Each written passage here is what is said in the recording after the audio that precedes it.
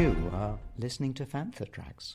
Because of the following special program, Wonder Woman and the Incredible Hulk will not be presented this evening. I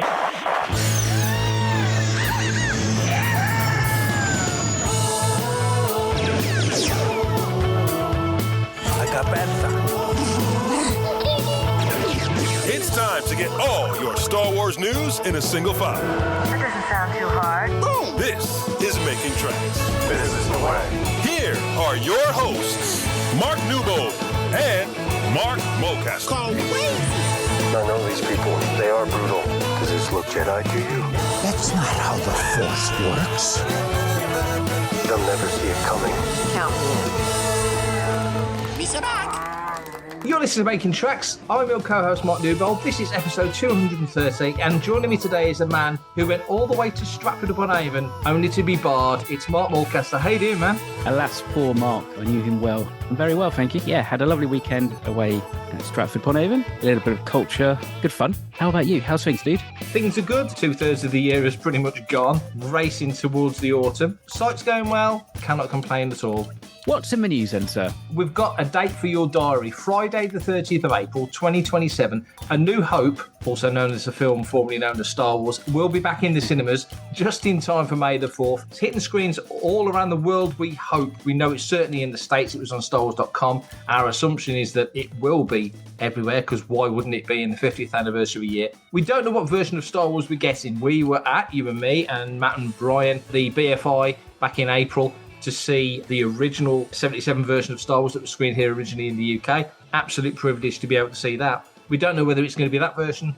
We don't know whether it's going to be the special edition. We don't even know if they're going to do something magical and spruce up the special edition for 2027. But whichever way around it goes, Star Wars is back in the cinemas. But on that point, Mark, what would your preference be? Would you rather see the original, given that certain outlets were a bit sniffy about that? It's a 50-year-old film after all. Or would you want to see a remastered version of that print? Or do you not care? Do you just want to see Star Wars in the cinemas again for the 50th? Being one of a privileged few that was able to see the original 35mm print, I would probably say for the 50th, it would get a lot of love and a lot of mileage if they did a restored version of that 77 print as a very special one weekend only release. However, me being pragmatic, they're probably just going to put out whatever version they've got available, which is going to be the 4K version that's probably on Disney Plus at the moment. Hopefully I eat my words by next April, but I just kind of don't see, because I don't think anybody's going to really tinker around with Star Wars unless George gets involved. And I just don't think George is going to get involved. I just don't. They will wheel him out for the press junkets and all the da-da-da-da-das. But, you know, we have had quite a few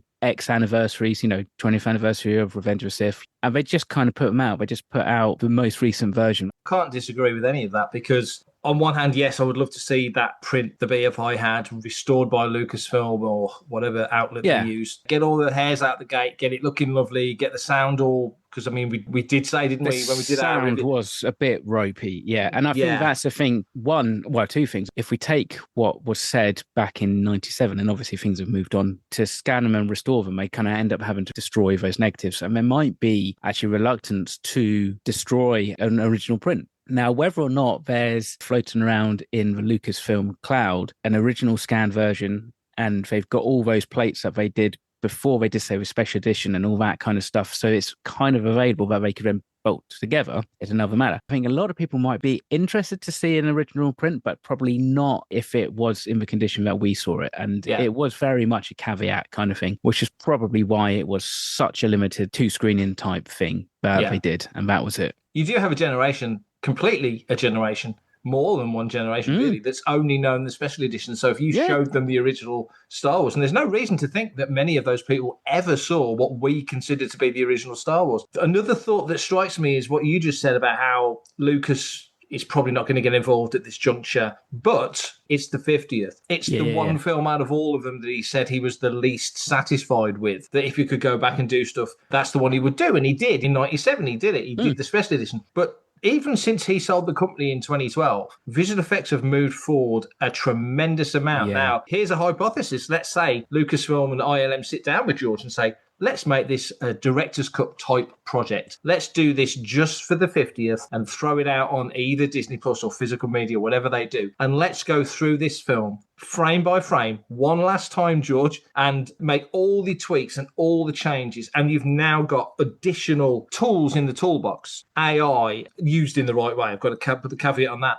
In the correct way. And all the little things that if you wanted to change, you could change, or even in 2012 when George sold it, when the last Maclunkey Tinker was done, that he could go back and make these tweaks and add in moments with Han, Luke and Leia and be able to do it so it looks like the actor. You know what I'm getting at? There's things that they could do to a much higher quality now. Yeah. Do you think, it's certainly of interest to us, but do you think that might be something that would interest George? Maybe. Do you create what would in essence then be the definitive version? Star Wars A New Hope, the definitive version. Unfortunately, if you look at the Maclunkey edit and the much maligned compositing of rocks in front of R2, are we going to risk potentially adding more stuff in that is actually going to be less favourable for the fan? I don't think he's going to go back and suddenly go, right, oh yeah, Han totally shot first now. No, if anything, he's going to try and nip another couple more frames out to make it even more clear that Greedo, in his mind, shot first. It's one of those things, it's a Pandora's box. It's like, be careful what you wish for. That's true, because there's things that happened in the special edition that are so embedded in the culture of Star Wars fandom that you can't walk them back. So if you were going to redo certain sequences and you've got the ASP droid as they go into Mos Eisley, that was the 97 special edition design. So you can't change that design. There's action figures out there with that. I tell you what, though, it would be amazing if they were to then add back in those big scenes, the Toshi Station and the conversation outside. But like, if you kind of basically, it's like, we're going to leave nothing behind. Then you stick in the whole scene of Luke out on the moisture farm and, looking up at the space battle. And you do that. Problem is, then you kind of go, right, okay, that's everything. There's no more. Then everybody can kind of see what Paul Hirsch has said for like forever, that like some of his scenes weren't very well acted. They didn't really offer anything that isn't explained in the dialogue. At the same time, you look at, say, the big scene, then it makes so much more sense when you see Biggs and the reunion in a Yavin base. For those who have got good hearing and are kind of astute and have read the book, then it's kind of like you understand what he's saying about when Biggs leaves out around the dinner table. But it's such a kind of quick throwaway line. I think it goes over many people's heads until maybe see Biggs. And even then, you have to get somebody to explain it to you. It's a line he's saying as he gets up off of the table and kind of like mopes out, isn't it? If they do it, if we're going to push it out, if we're going to do a 4K version and we're going to take the Dolby Vision version, and we can go down to Leicester Square, see it down there in Dolby Atmos and that. And that'll be a weekend well spent. Hi, this is Ethan Sachs, and you're listening to Fantha Tracks.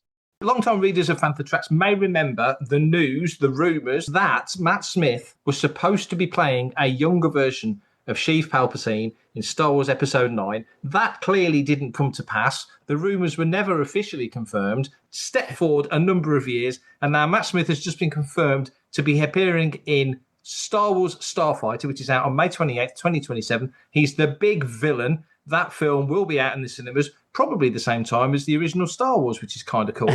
I think it's great news. We've got another Doctor, our third Doctor, following Tom Baker and David Tennant into the Star Wars galaxy, which is very, very cool. He is a very versatile actor. He's great as a hero. He's great as a villain. This sees him again, as we say, as the villain in Sean Levy's film, right opposite Ryan Gosling. I understand Ryan, his first directorial movie had Matt Smith as its star, so there's a history between those two actors. Are you pleased to see Matt Smith, waggle the air quotes, returning to Star Wars? Absolutely. I think this is quite a cool casting. It'll be interesting to see what they do.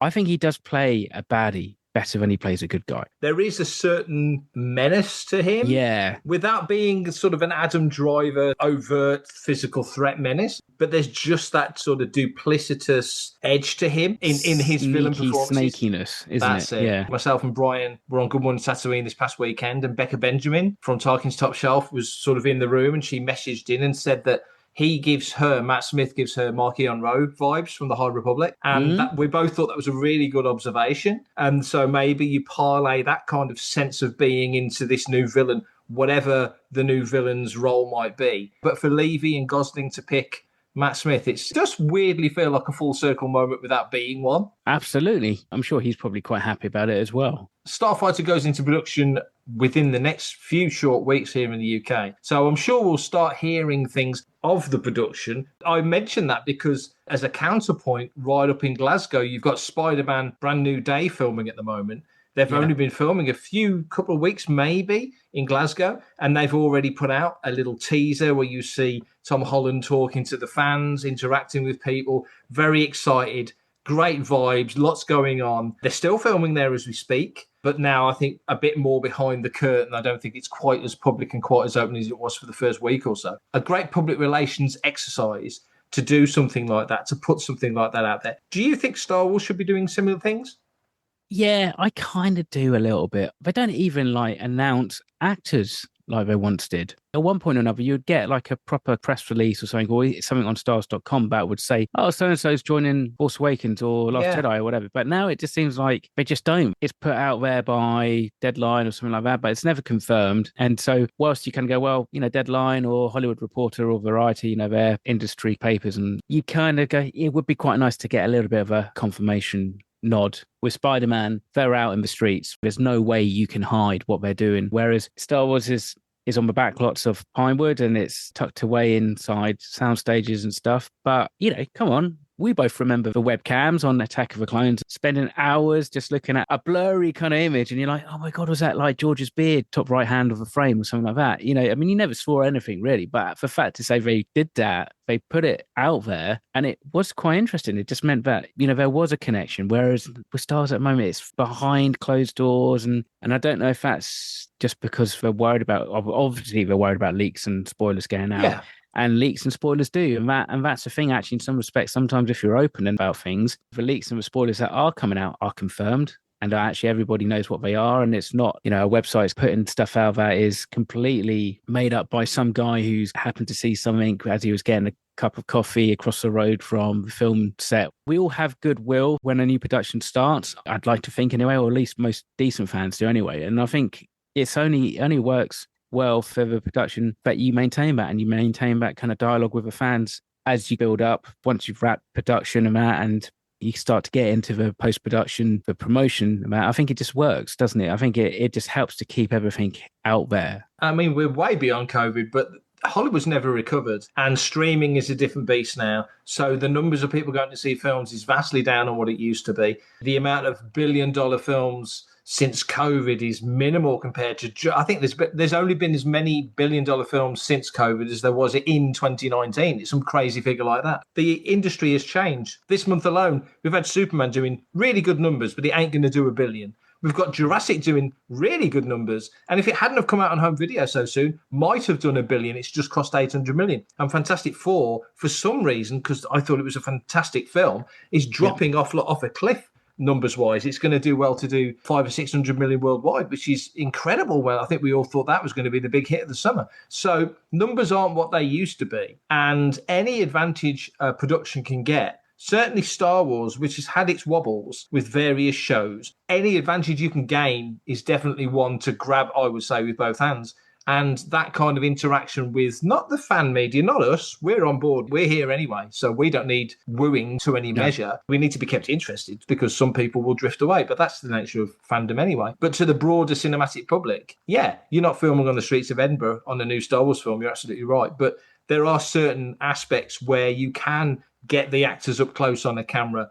You mentioned hyperspace, much love hyperspace. I think back then cameras were so much less than they are now. You were grabbing and screenshotting and zooming in as best as you could to see little elements, and that was part of the fun, but we're beyond that now. So there are things I think they can do. So I think you're absolutely right. There's maybe something to be had there.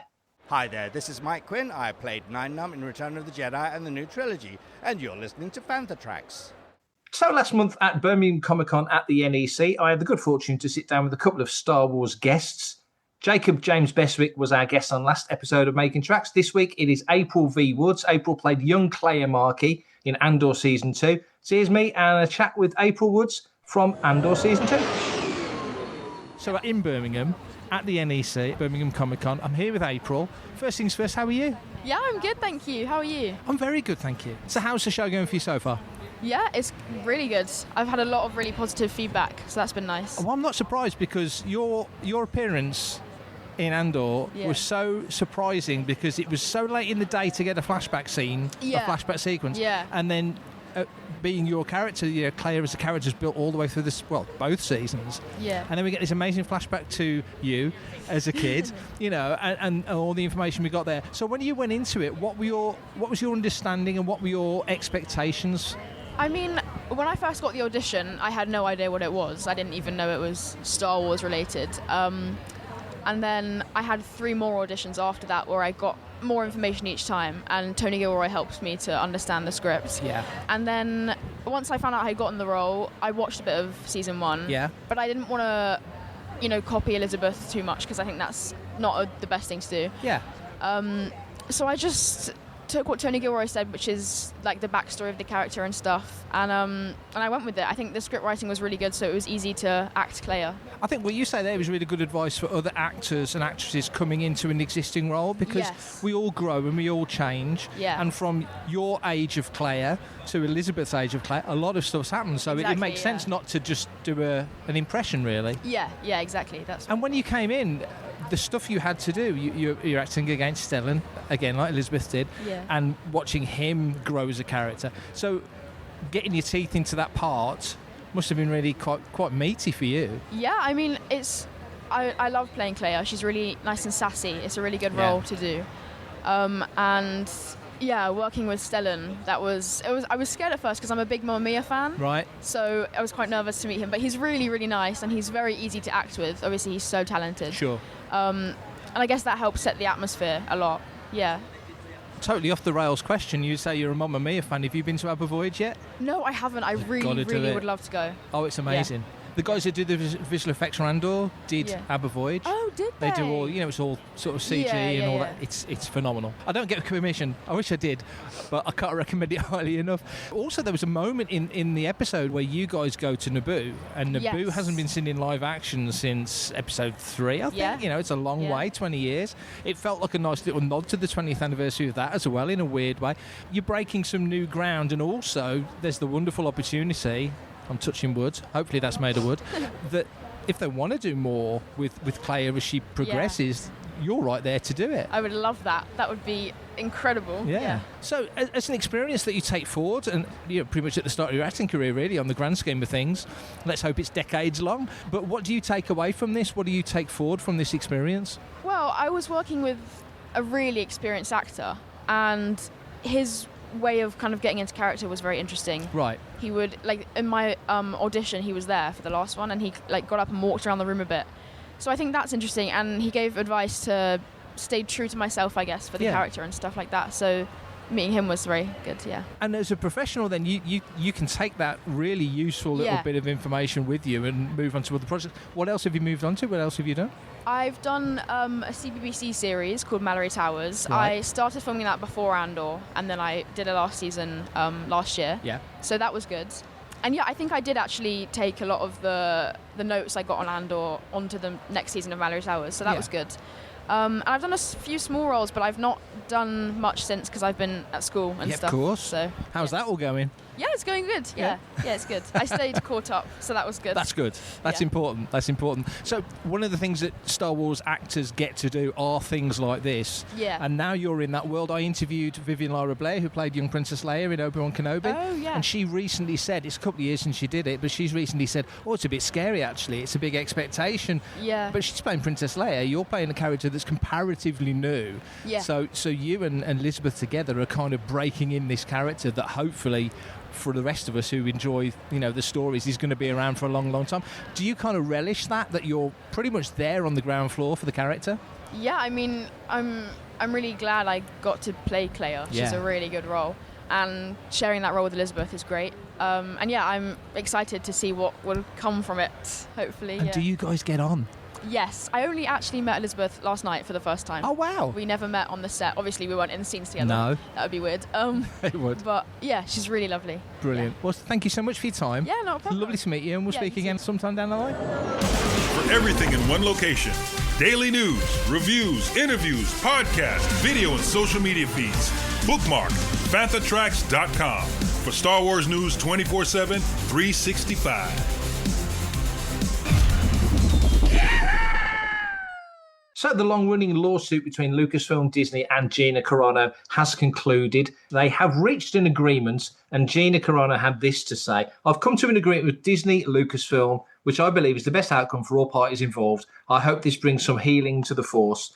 And then she extends her deepest heartfelt gratitude to Elon Musk, who funded her legal case. But ahead of that was the quote from Lucasfilm, which said, "With this lawsuit concluded, we look forward to identifying opportunities to work together with Ms. Carano in the near future. We have reached an agreement with Gina Carano to resolve the issues in her pending lawsuit against the companies. Ms. Carano was always well respected by her directors, co-stars and staff, and she worked hard to perfect her craft while treating her colleagues with kindness and respect." So 2 very carefully worded statements put out there by Gina Carano and by Lucasfilm. But the big question is, Mark, now that this is concluded, now that we could, if we wanted to, move forward with the Cara Dune story and fold that back into the Mandoverse stories going forward, what do you think is going to happen? Do you think Gina Carano will come back? Do you think she can come back into that workplace? Do you think that Lucasfilm would be able to find a place for that character that was kind of quietly let go from the storyline, if that makes sense? We haven't got Carl Weathers with us anymore, so there's less of that original Mando group around. So do you think, let's talk from a story point of view first, do you think the story could benefit from having Gina Carano back as Cara Dune? I think the story could.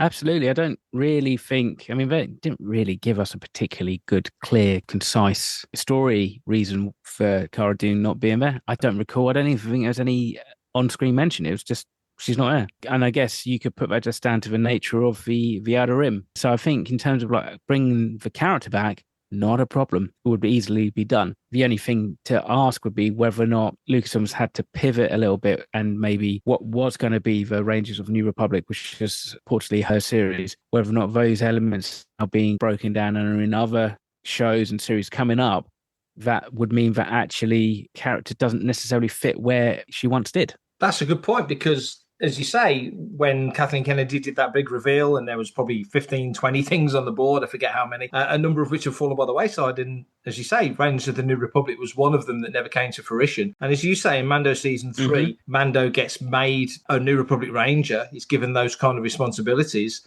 You see him talking to Zeb. You would think that maybe Cobb Vanth could be a character in that vein, that you could pull a team together that could be these Rangers. So given that, there is the potential to bring her in. But also, another point is that the streaming world seems to have changed as well. The days of the monster big budgets feels like it's passing us by. Once we get past Ahsoka Season 2, certainly outside of Maul Shadow Lord in animation, there doesn't seem to be any more Star Wars live action being talked about. We don't know what's next after Ahsoka Season 2. So are the live action Star Wars stories moving exclusively back to the cinema?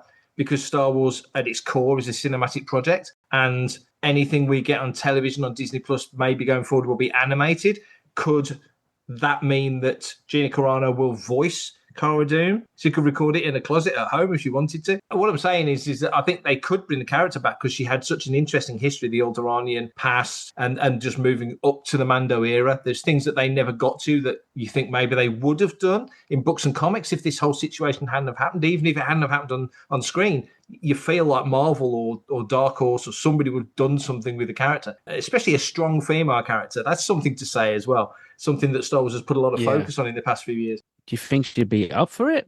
And do you think Lucasfilm would be up for it? I mean, I know there's that awfully carefully worded statement put out, but you just wonder if either of them would be willing to kind of go back to it. You know, do you think it would feel like a concession on both halves? Do you think they've got to meet each other halfway? And what would halfway be? From a principal perspective, I mean, I know Gina's getting a nice, healthy payday for this, but it's whether or not maybe she then feels that as somebody who's kind of really been able to defend your right to free speech and voice your opinion, to then go back and work with Lucas and Disney, would that be something of a compromise of her own principles? And it was 2020. So we were coming out the back of the previous administration and into a new presidential era, which has now passed, and we're back with the guy that was in charge when she kind of had the initial issue. I don't know what bearing that would have on any future working relationship. But as you just said, quite rightly, the statements from both sides definitely leaves the door open. But we, as Mark and Mark on Making Tracks,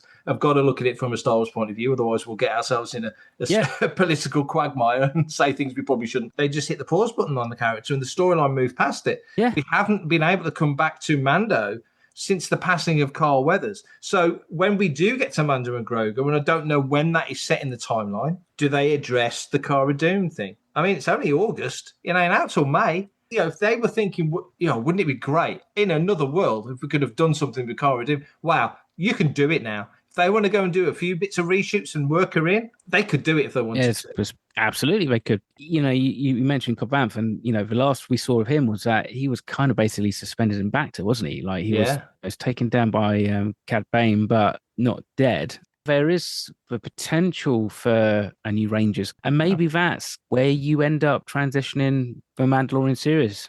Season 4 is Rangers of the New Republic, and he's put this team together either during this film or something else. Well, that makes all the sense, doesn't it? If we're hypothesizing now and you're thinking putting together a team, you've got Migs Mayfeld, you've got Cara Dune, you've got Mando himself, Carson Teever is kind of their connection. Who knows what's going to happen with Sigourney Weaver's character in the Mando movie, who we know is in there. Absolutely. So there is definitely just spitballing ideas. There's definitely many potential ways you could bring her back in if they wanted to. But as it stands, the standoff is at an end.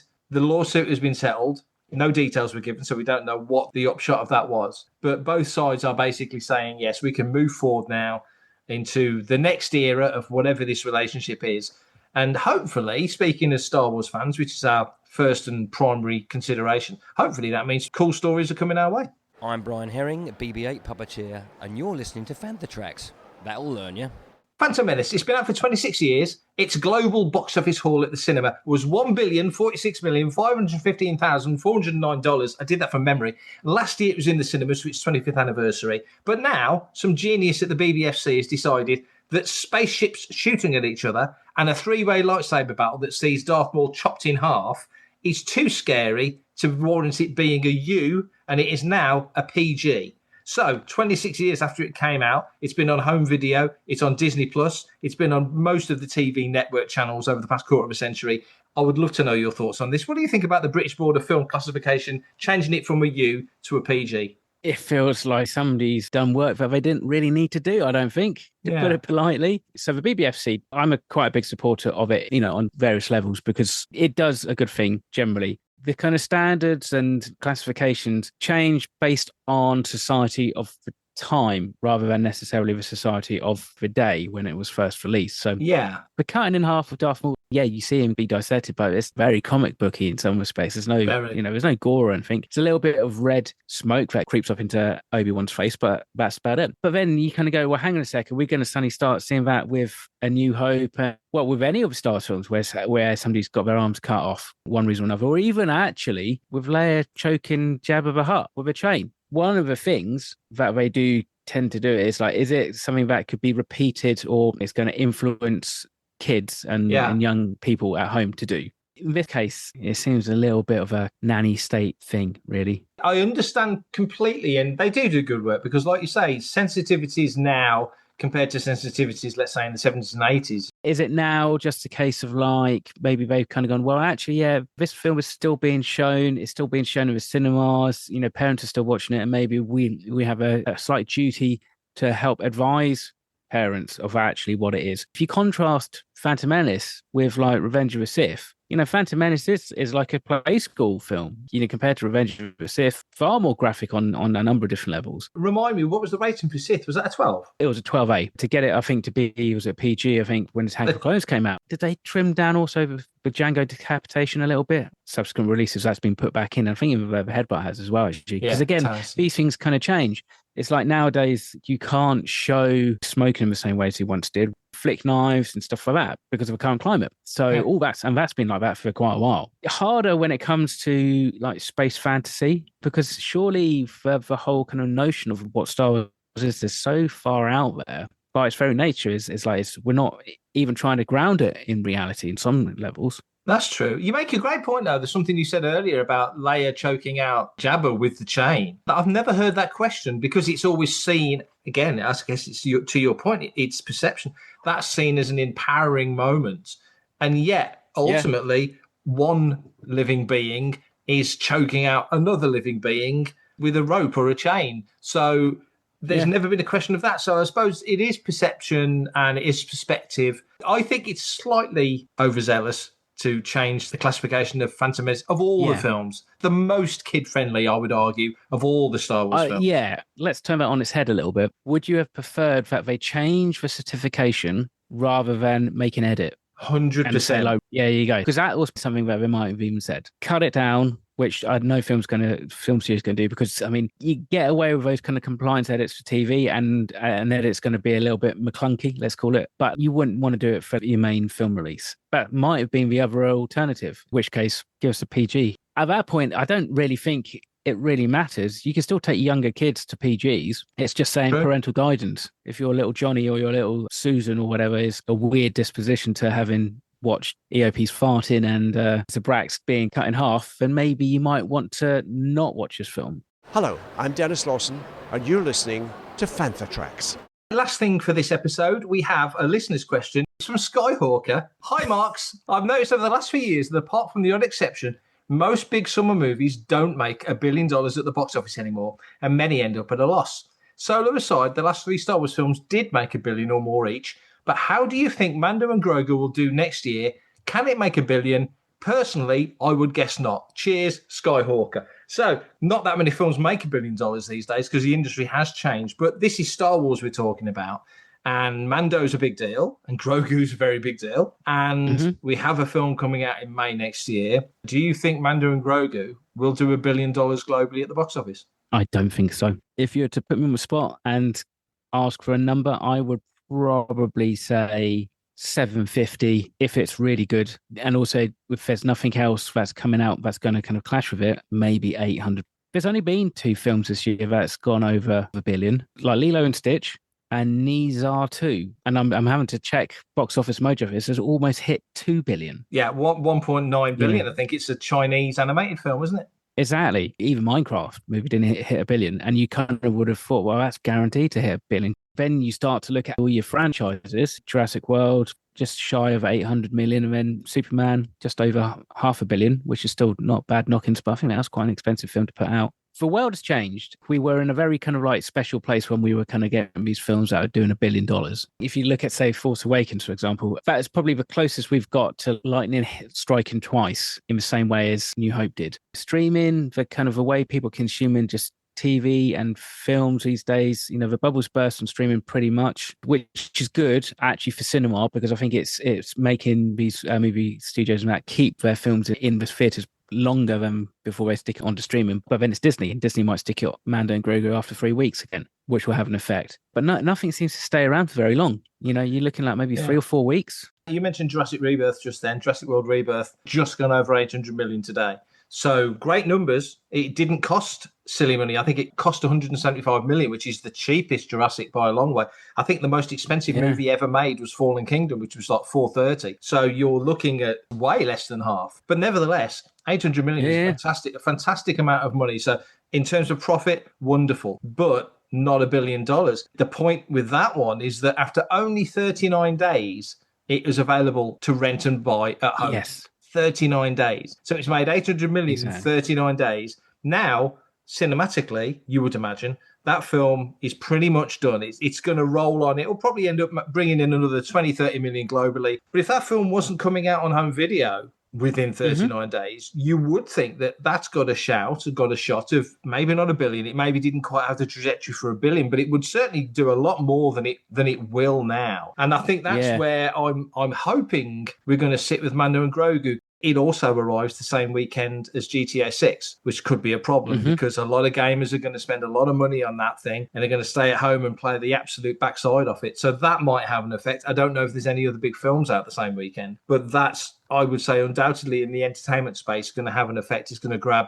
an awful lot of attention. But we're in the Star Wars realm, and Star Wars always grabs attention. It's a big deal when a Star Wars film comes out. It's going to have been 7 years by the time we get to Mando and Grogu. But my point is, I really hope that Disney and Lucasfilm say, don't expect to see this on Disney Plus till December. This will be our Christmas release, and we can keep that film in cinemas for a number of months. So there's the anticipation. That's the big Scrabble word that's missing from Star Wars at the moment. There isn't as much anticipation as there used to be. Keep people wanting to see it. Once it's off the cinemas, you've got a few months until it comes out on home video, or however you want to phrase it now. So I'm hoping that's where we are with it. But I do agree. I think Skyhawker's right. I don't think this film is $1 billion film. I'd love to be wrong. And another point, Grogu made Lucasfilm a lot of money when The Mandalorian Season 1 came out and all the merch came out. I would imagine that Lucasfilm, and by extension Disney and Lego and Hasbro and all the other licensees that do Star Wars related stuff, are expecting or hoping for a bit of a bonanza when Grogu is the hot topic again, and they start putting Grogu merch and whatever other characters might be in and around Mandalorian and Grogu out there. Do you think Lucasfilm, more than any other franchise, factor in the consideration that we're going to shift a poodoo ton of merch off the back of this film? So if Mando and Grogu does, let's say, make 750 million rather than $1 billion, that film's making more money from merch than any other franchise out there. But I wonder if that's like a different equation, as well as we estimate this will make 500, 600 million, but also in licensing, 1.5 billion. And then it's like, how much of that let's say 1.5 billion comes back to Lucasfilm and Disney on the licensing. The question is whether or not the little green guy has got the selling power that he did 5 or 6 or years ago, or 7 years ago, because Mandalorian was out, 7 years ago? 2019, yeah. And they pushed a ton of merch then. You still go into shops, and there's still Grogu stuff flying all over the place. It tends to be, little filly farty bits you like, pencil toppers and bits and bobs like that. As a toyetic kind of thing, barring the sideshow stuff, there's not really like much kind of Grogu stuff out there. He's a baby.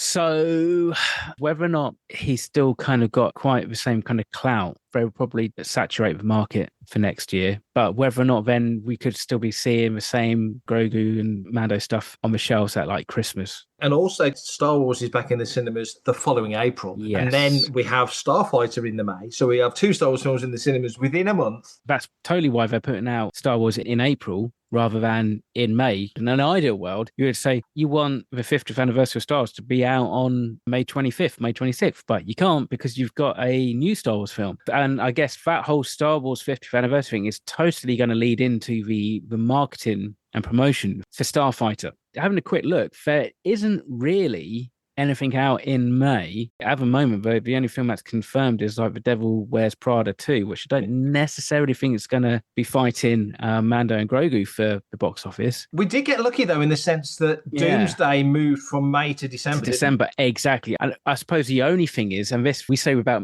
clashing with May, but also in June, we've got Masters of the Universe. That's on the 5th of June. So that's the following weekend. So that could affect it. If Mando and Grogu's strong, but then Master of the Universe is strong, that might take some of that money.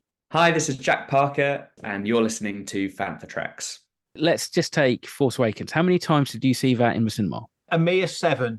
A mere 7. So, I saw it a few more times than that. So therefore, you kind of go, okay, of that $1 billion, you've basically earned it, let's say $150, and I've earned it, say, $180. Yeah. So it's repeat viewings, isn't it? And I think sometimes with Star Wars, and especially Star Wars fans, you're going to slightly get that inbuilt repeat viewing just by default. Like I make a point of going to see it as many times as I possibly can, unless the film's really dire. In the last 20 years, the least times I've seen a film in cinema was Solo, and that was 7 times.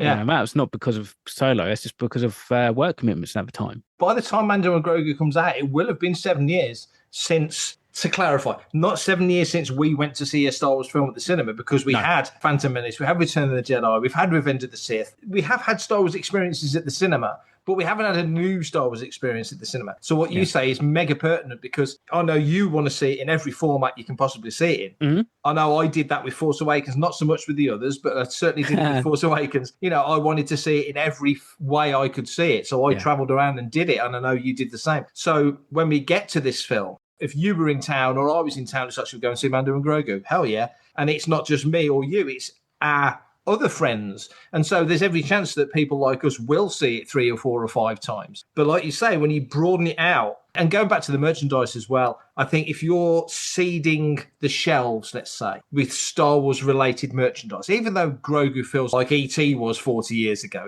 Grogu's his own thing, but it's Star Wars. And then you get to April You know, we've had Celebration at the start of April. We've got Star Wars re-release at the end of April. Then we're into May, and we get to May the 4th, which is a massive weekend. It's only 2 weekends until the actual 50th anniversary. And a couple of days after that, Starfighter's out. So that April, really starting with Celebration on April the 1st, right through to the end of May when Starfighter comes out. And then it's got its box office run. We're in for a heck of a good time with Star Wars.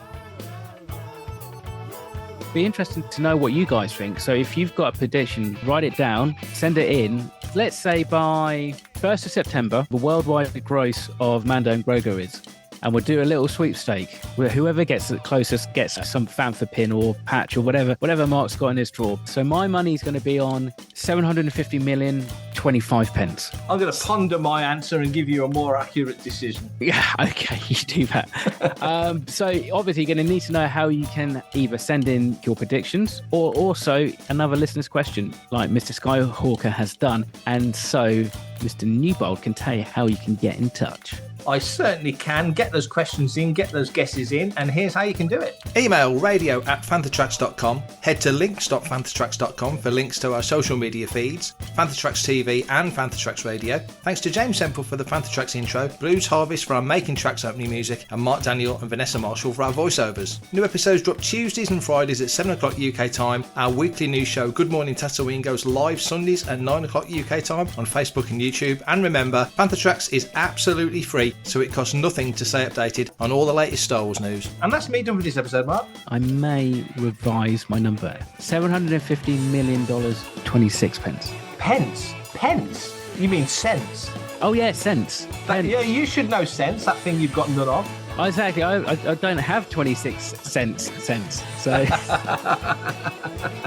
So that's it. I think definitely on that bombshell, we're going to wrap it up and call it a day. So thank you very much for listening. Everybody stay safe, take care, and as always, may the Force be with you. Coming up next on Fantha Tracks Radio, it's Cannon Fodder.